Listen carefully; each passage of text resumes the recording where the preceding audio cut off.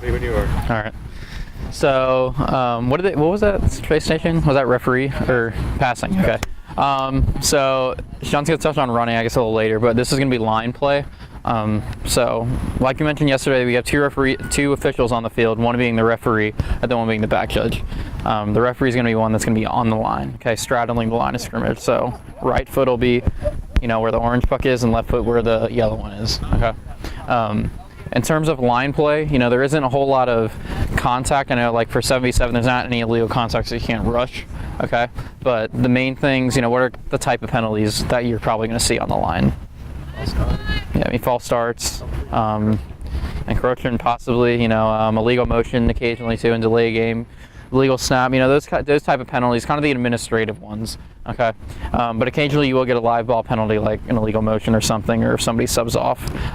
That's going to be most of the time going to come from the referee on the line, okay? But in terms of the play in general, so not too much contact, but in general, I would avoid going too far up the field because you have that back judge. Most of the plays that you'll see are going to be kind of intermediate to long routes in 4v4, and occasionally you might get a short route, but just the nature of there's only being one first down, they're going to try to get a lot of yards very fast. So I'd say try not to shuffle more than 10 to 15 yards downfield, because that would kind of get into the back judge position. You never want to get too far away from where your initial position was, because you have to get the pucks. Okay, so as referee, when the play ends, if you have the spot, you'll hand it off to the back judge. If the back judge has a spot, you just get the pucks and go. But the main thing is that you'll be on the sideline, you'll have to go get the pucks, place them, and then come back to the side and announce the down and distance, okay? That'll come from the referee on this line, or not this line, but just like the line, okay? In general, if you see that there's players all, two receivers on the other side, there's nothing wrong with coming onto the field a little bit. You never want to get glued to the sideline just because you don't want to be too out of the play. Just kind of choose your own style, see how the game's going. But yeah, the main thing is, you're not going to get too glued to the line per se. What else? Does it matter which side the referee is on? No, it's think of like this line as this line judge and referee combined for those of you who did 7v7. So whatever the referee will start, I guess, initiate the positioning. So whatever sideline you go on, usually I choose the one the sun's not facing, just so I don't need to have sun in my eyes the whole time. And then the back judge will go to the opposite side. Okay.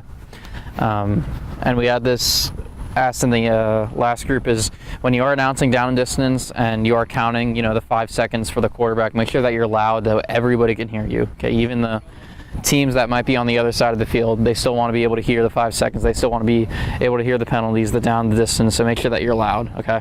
You have any other questions? How long are the games? The two 14-minute halves. Yeah. And clock stops in the last minute, the second half. Okay. So when you're doing the countdown, you say you have to say balls away at the end, right? Yeah. And you give them like a second, half second. Yeah, the way I usually do it, I usually count down. So I would go, when you're counting, make sure you have a kind of like basketball, kind of have a hand up, don't have a mechanic like this. So I usually go 5, 4, 3, 2, 1. In between the time where I say 1 and I can get my whistle, which is going to be in your hand, get my whistle up to mouth and blow it. If they still haven't thrown the ball, then that's pretty much a second that it takes. I'm not going to go like this. I'm going to take a little bit of time and go, about a second, okay? As long as you're consistent with it, they can't really get upset, okay? You don't ever want, don't make your count too fast. Like even when I was just counting now, I was just doing it for the sake of our time. That was a little fast, okay? I usually probably count 5, 4, 3. that might be 7-8 seconds, okay? So that's still time. As long as you're consistent, they cannot really get too upset with you, okay? If you're calling them for sacks, okay? They can get mad, but they can't say that, you've been inconsistent and you haven't been calling it, both ways kind of thing, okay? But yeah, and then if they do throw it in between that time, then yeah, you say balls away. And if they don't, then you just blow your whistle a whole bunch of times and it's a sack, okay?